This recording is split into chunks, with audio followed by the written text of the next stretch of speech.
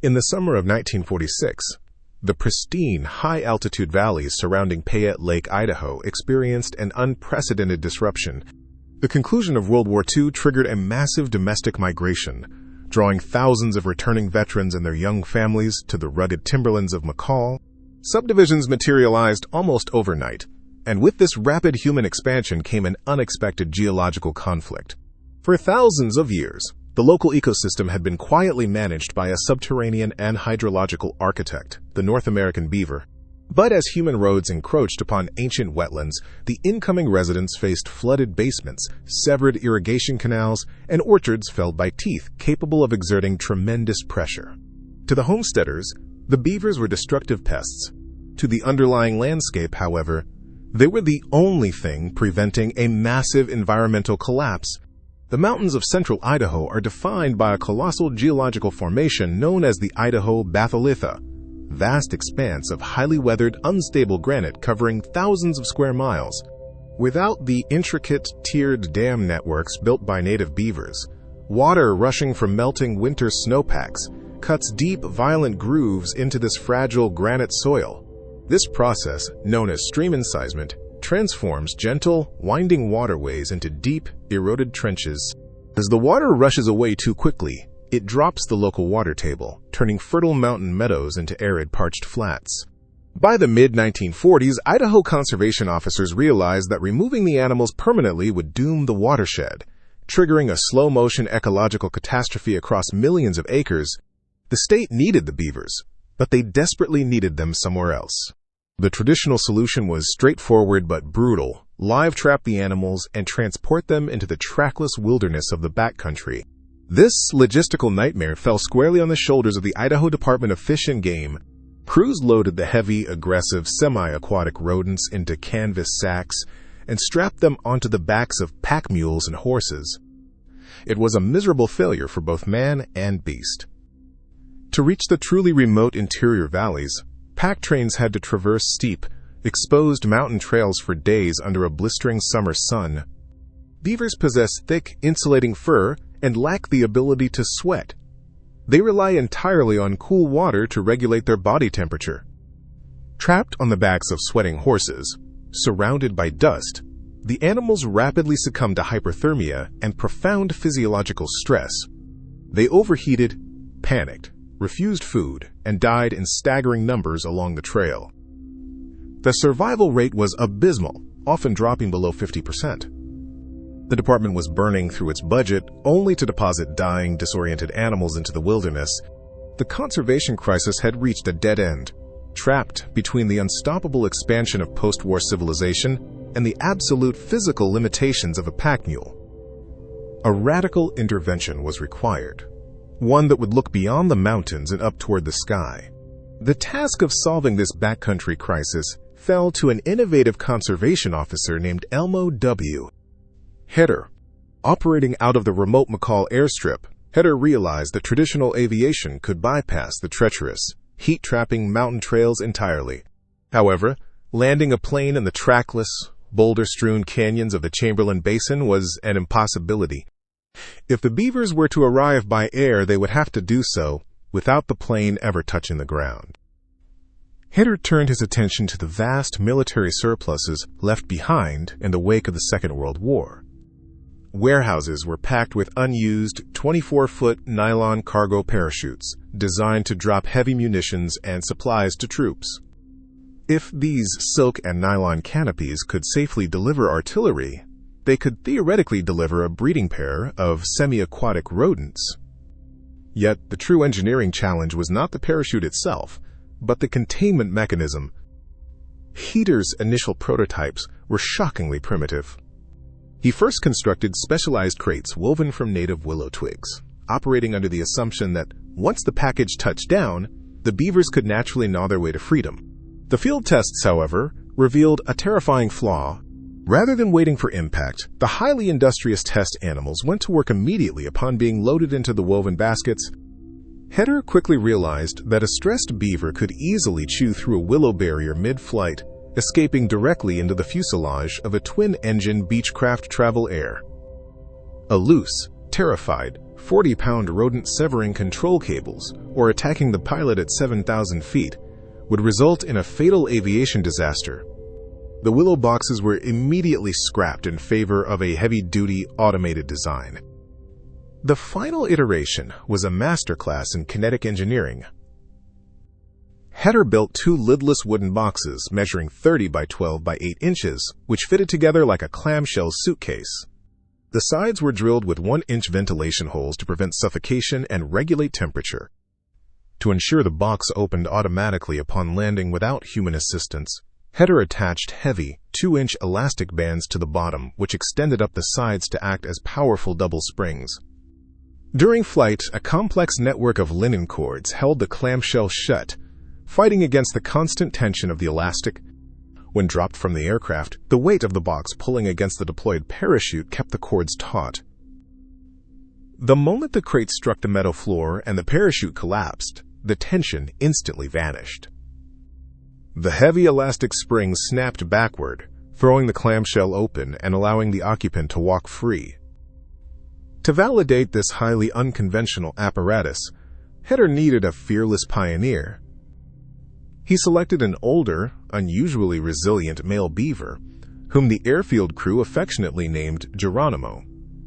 Dropped repeatedly onto the grassy tarmac of the McCall airstrip from varying altitudes, Geronimo became the ultimate avian test subject. The mechanical system performed flawlessly. Geronimo grew so accustomed to the strange routine that upon landing he would calmly wait for handlers to approach, then voluntarily waddle back into the wooden crate, ready for his next ascent. On the morning of August 14, 1948, a twin-engine Beechcraft C-45 taxied down the McCall airstrip, its cabin packed with Elmo Heter's specialized wooden boxes. Inside the dark compartments sat 76 carefully selected beavers, grouped primarily into small family units, consisting of 1 mature male and 3 younger Femalisa configuration wildlife. Data suggested yielded the highest long-term survival rates. Among them was Geronimo, occupying a premium position on the inaugural flight. The aircraft climbed steadily into the thin mountain air, tracking eastward over the jagged peaks of central Idaho toward the targeted meadows of the Chamberlain Basin. This remote valley, buried deep within millions of acres of roadless backcountry, possessed the ideal combination of abundant water sources, dense willow thickets, and complete isolation from human settlements. As the aircraft leveled off between 500 and 800 feet above the valley floor, the operation began. At this precise altitude, the drop window was compressed, high enough to ensure the 24-foot military surplus parachutes could deploy fully and stabilize, yet low enough to mitigate the unpredictable mountain crosswinds that could drift a crate into a jagged granite cliffside. One by one, the handlers pushed the heavy wooden boxes out of the open cargo door. The white nylon canopies blossomed against the sky, arresting the descent of the heavy rodents and guiding them down toward the wet meadows below. It was a surreal spectacle, dozens of 40-pound semi-aquatic mammals drifting silently down from the clouds into an ecosystem they had never seen, suspended by the leftovers of a global war. Of the 76 animals dropped during the multi-day operation, 75 touched down safely on the valley floor. The single casualty occurred due to an unpredictable mechanical failure, when a particularly agitated beaver managed to force its head through the seam of its box during the descent. The premature shifting of weight snapped the retaining ropes, causing the box to open mid-air and dropping the animal without the aid of a canopy. Despite this tragic loss, the financial and logistical efficiency of the airborne operation was staggering.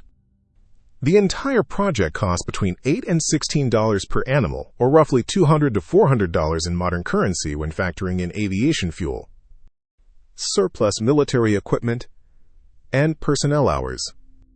This was an astonishingly cheap alternative to the fatal pack trains.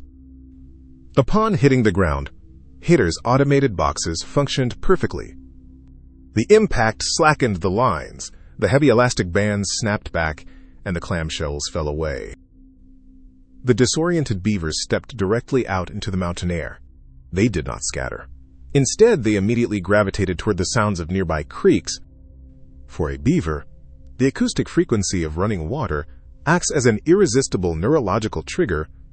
Guided purely by genetic intuition, the airborne pioneers immediately began harvesting willow branches and identifying hydrological choke points. Within mere days of their high-altitude arrival, the first new dams began to rise in the Chamberlain Basin. For more than 3 decades following the historic airborne drop, the descendants of Geronimo and his companions multiplied in virtual obscurity, hidden deep within the rugged geographical interior of Idaho. While human civilization rapidly transformed the rest of the American West with concrete highways and massive hydroelectric dams, the Chamberlain Basin remained remarkably isolated. Then, in 1980, a profound political shift permanently sealed the destiny of this remote watershed. Led by the relentless conservation efforts of Idaho Senator Frank Church, the United States Congress passed the Central Idaho Wilderness Act. Signed into law by President Jimmy Carter, the legislation established a colossal 2.3 million acre sanctuary, later renamed the Frank Church River of No Return Wilderness. It stood as one of the largest contiguous protected wilderness areas in the lower 48 states. The statutory protections governing this newly designated wilderness were absolute. The law explicitly prohibited the construction of roads, the use of motorized vehicles, the extraction of timber or minerals, and the erection of any permanent human structures. To the politicians and bureaucrats drawing the boundaries on maps in Washington, D.C., the beavers were completely invisible, merely a minor part of the background scenery. Yet, this total legal ban on human activity accidentally created something that field biologists had spent a century dreaming of: the purest ecological control group on the North American continent. Everywhere else across the United States, beaver restoration projects are actively managed, disrupted, or artificially curtailed by human infrastructure. When a beaver dam floods a county road or blocks a farm culvert, humans inevitably tear it down or trap the animals out.